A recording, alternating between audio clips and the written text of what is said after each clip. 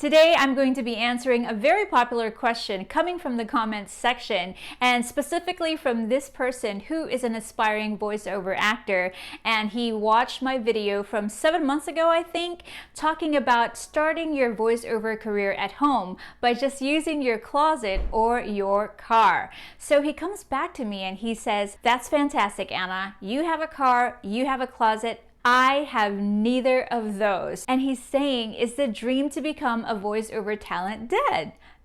No, not necessarily. Okay, let me ask you a question. Do you have a quiet corner in your room? If you do, well then, let's make that into your mini DIY voiceover booth. So if you're ready, let's get started.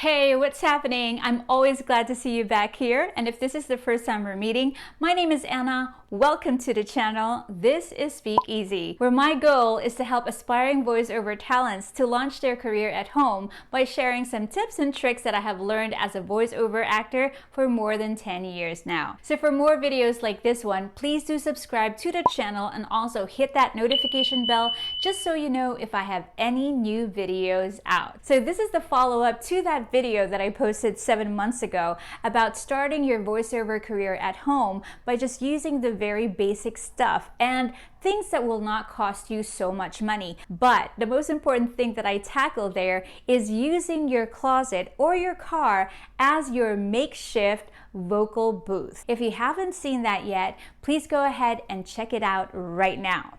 But today I am addressing that question from the comment section, which you will see right here. Now, I didn't want to give you an alternative without trying it out for myself. So I did some research and I'm so happy to tell you that I have a solution for you. So let's get to what you will need. So the first thing that you would need, like I said in the intro, is a quiet corner. So you will have to look for the quietest room in your house. And then in that room, you will have to look for the quietest corner of that room. So now the quest is to look for that quietest place. So I have 4 corners in my room, of course, so I'm going to show you one by one why each of them won't work and that one corner that will actually work. Okay, so this is the first corner of my room. So this is a wall and this is another wall. And the reason why this will not work, because right over here is the kitchen. So that means it gets very, very busy in that. Almost every hour of the day, something is happening there. And those pots and pans clanging together will be a nightmare when you're recording. So that pretty much is the same corner. Oops, that's my light, sorry. I have the same problem with that one because that is still the kitchen. So that is also not gonna work. Okay, so here we are on the third corner of my room, but this window right here, that is the laundry room. I know, how do I get any sleep in this room is beyond me, seriously. But another busy area is the laundry room. So nope, that is not gonna happen. So now let's move on to that fourth corner. That corner right there is perfect for the DIY voiceover booth. Okay, behind this wall is the living room. I'm not scared that a lot of noise will be coming from that area. Now, this, of course, is a closet, and I don't have anything living in there that will be making any noise, so that is safe as well. Behind that door is a hallway, and nobody really goes through that hallway unless they are coming in here. So this right here is the perfect corner. And so here we are, the quietest corner of my room. Yay, I found it. And I know I'm very lucky because I actually have 3 walls to this corner. So all I have to really do now is actually to close off this corner so that I can create that booth, that square booth. Now I know that some of you might just have this corner, so you are going to have to figure out how to come up with a way to make it into a box. Now I have some ideas for that, but for now I just want to concentrate on the wall. So it used to be, before I installed all of these wallpaper here, that all of these walls were smooth, so that means it won't do for a recording booth. Okay, so let's just be clear here and now. This is not going to be soundproof, okay? So when the garbage truck passes by,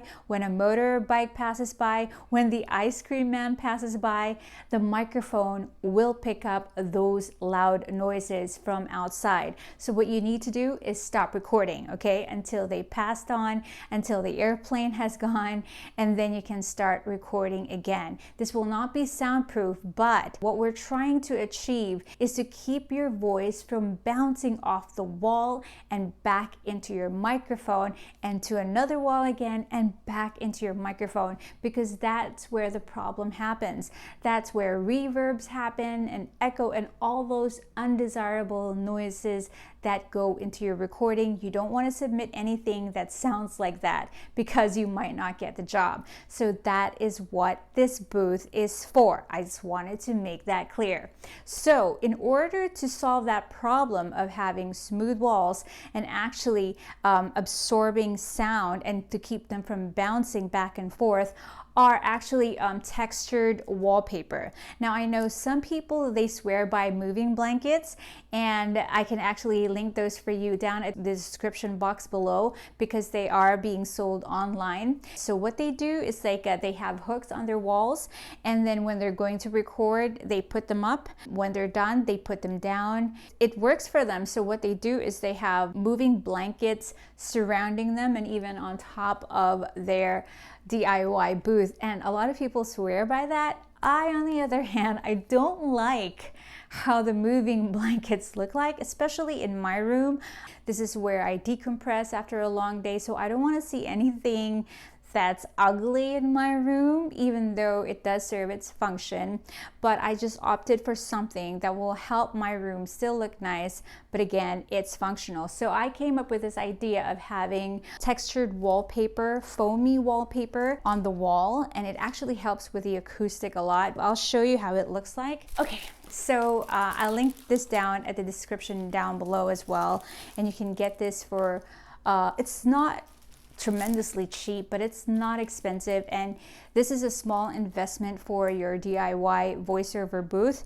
So this is how it looks like. They come in panels like this. So right over here, I'll just show you, it's very easy to install because it already comes with an adhesive, so you just have to peel that off. My advice is not to peel it off all the way, but just make sure that everything is aligned, panel by panel. Make sure that it's aligned before you actually stick it in there, because once it's stuck in there, it's going to be hard to pull it off without damaging the wallpaper. So it looks like a white brick wall, which adds to the aesthetic of the room. It's just one corner, so it's kind of an accent.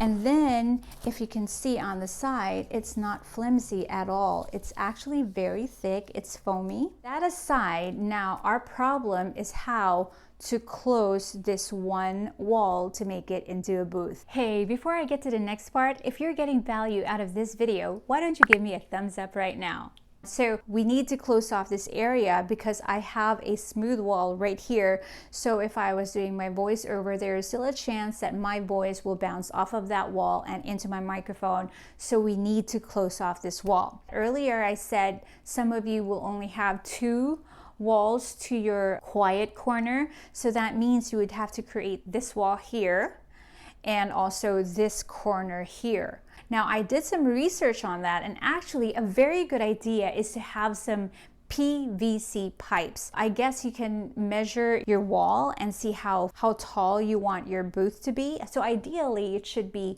a little taller than you are your booth. So measure that and get like 4 PVC pipes of the same height, and also those elbows that can connect them at the corner, so you can build this other corner right here with that elbow and that 1 PVC pipe, and then another elbow that goes there, and then 2 PVC pipes that goes that way, and then the 2 PVC pipes that will also go this way, and that will create your cube, your box, your booth. Okay, and again, you can use those moving blankets to shut those areas where you don't have the walls. So the moving blanket and the PVC pipes will help you build your booth, but I'm here to show you how to do it in an affordable way. So let me show you how I am going to do it. I got this from a local hardware store. It's a curtain rod. So I made sure that I measured this from here to here. And I made sure that the curtain rod that I got will actually reach from end to end. And as you can see, it can reach end to end. And this only cost me $200. And see how pretty too, gold and white. And then I decided to just repurpose a blackout curtain that I've had before. Now blackout curtains, as you know, are really thick that it can actually prevent light from coming into your room. So this is what I have. These are actually old blackout curtains that I've had before. They're very heavy, and then it's thick enough to absorb the sound, and then I can just put it in a curtain rod, and also it looks very pretty. So let me install it for you right now.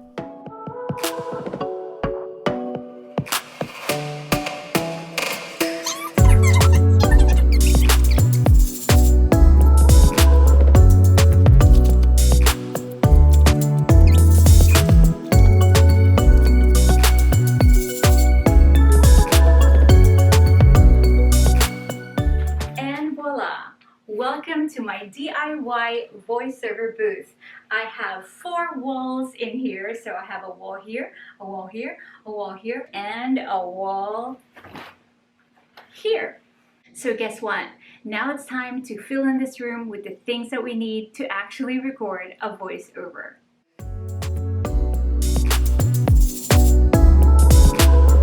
Okay, it is time for the big reveal. Hey, before the big reveal, can you do me a favor and hit the subscribe button down below if you haven't yet? And now, let's get to the reveal. So there it is. That's the corner of my room. And when it's closed, it looks like that. View inside. Ta-da! That is my mini setup right here.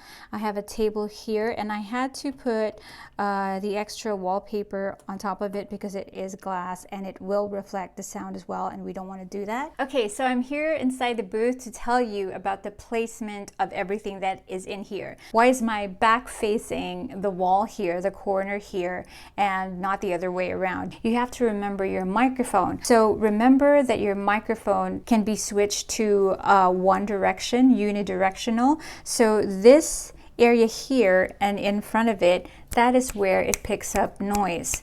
Okay, so remember I told you that this wall is the closet. So unless I have anything living in there, nothing will make any noise in there. So that is safe. This is the living room. Nobody ever uses our living room. And besides, even if they do, they won't make such a loud ruckus and it won't go through this wall. If there was going to be noise coming in, for sure it will be coming from this wall here. So that is why the dead end of the microphone, this side, which doesn't pick up any sound, is facing that wall. So if ever there is noise coming from that end, the microphone won't pick it up.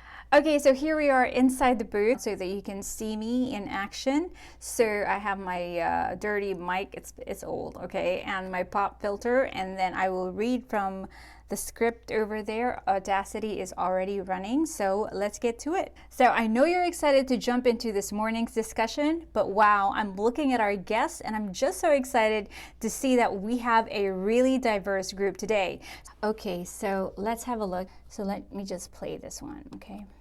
So I know you're excited to jump into this morning's discussion, but wow, I'm looking at our guests and I'm just so excited to see that we have a really diverse group today. Sounds pretty good, right? It worked. No loud echoes, no reverbs, no nothing. It's clear, the voice is clear, and that is what you want to go for. So I'm going to show you now how this corner will look like if I'm not using it as a recording booth.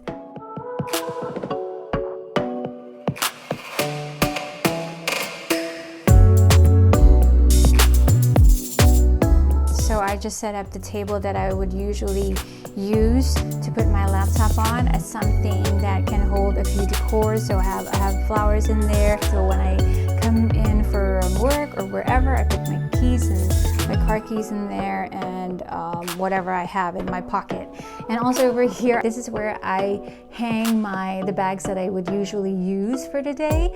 And over here, just the jackets that I would normally use on my way out. I kept it very functional at the same time. And there you have it. That is all I have for you today. I hope you learned something from this video. If you don't have a closet or a car, this might just work for you. And before I let you go, don't forget to like, subscribe, and tap the notification bell just so you know if I have anything new out. And don't forget to share this video with your family and friends and those you know who will benefit from this. Let's also connect on Facebook, Instagram, and Twitter. And with that, I'll wish you all a fantastic day, and I'll see you in my next video. Cheers! Whew, it's hot. Okay. Okay.